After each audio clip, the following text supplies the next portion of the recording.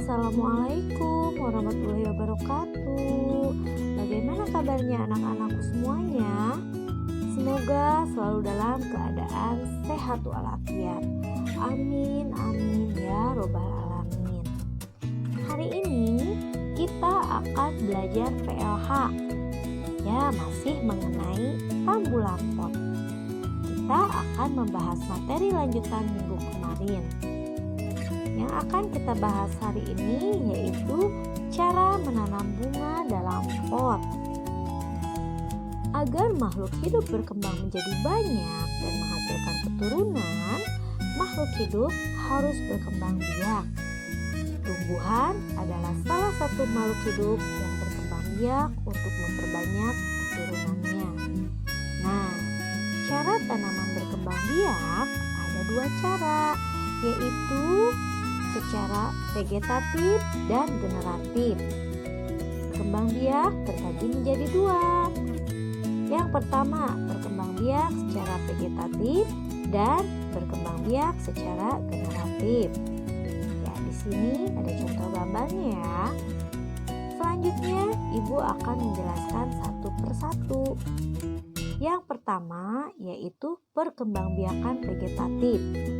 Perkembangbiakan vegetatif adalah cara perkembangbiakan makhluk hidup yang terjadi tanpa melalui perkawinan. Nah, vegetatif ini terbagi lagi menjadi dua, yaitu yang pertama adalah vegetatif secara alami. Perkembangbiakan makhluk hidup atau tumbuhan yang terjadi tanpa melalui bantuan manusia. Jadi, dilakukan oleh tumbuhan itu sendiri.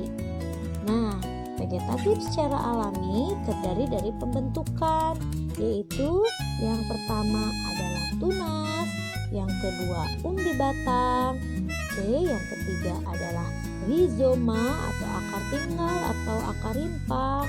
Nah, selanjutnya adalah umbi lapis, selanjutnya lagi adalah geragi atau stolon, tumbuhan spora, dan umbi akar. Itu tadi penjelasan dari Ibu tentang perkembangan vegetatif. Nah, selanjutnya yaitu vegetatif secara buatan. Vegetatif secara buatan adalah perkembangbiakan tumbuhan tanpa perkawinan dengan bantuan campur tangan manusia. Contohnya, yang pertama adalah cangkok, yang kedua adalah stek, yang ketiga adalah menempel atau okulasi, dan yang keempat itu adalah merunduk. Dan yang kelima adalah menyambung atau biasa disebut kopulasi.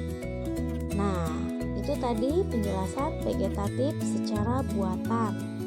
Sudah paham belum anak-anak? Semoga sudah paham ya.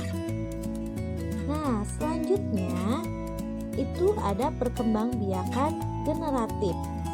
Perkembangbiakan generatif adalah perkembangbiakan tumbuhan secara kawin atau pembuahan. Proses perkembangbiakan generatif ini membutuhkan alat kelamin jantan dan alat kelamin betina. Nah, bisa kan membedakan yang mana vegetatif dan yang mana generatif?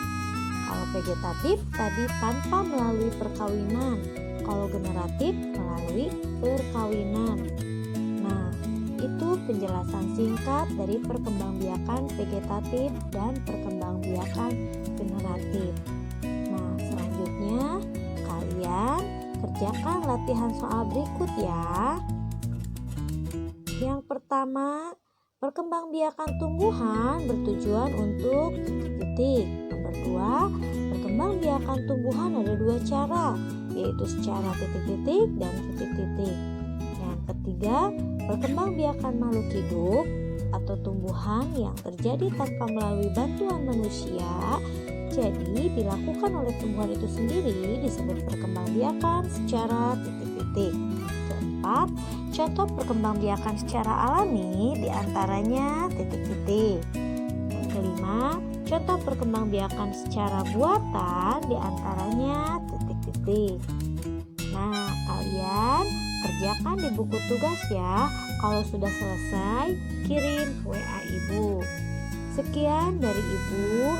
Sampai jumpa di pertemuan selanjutnya.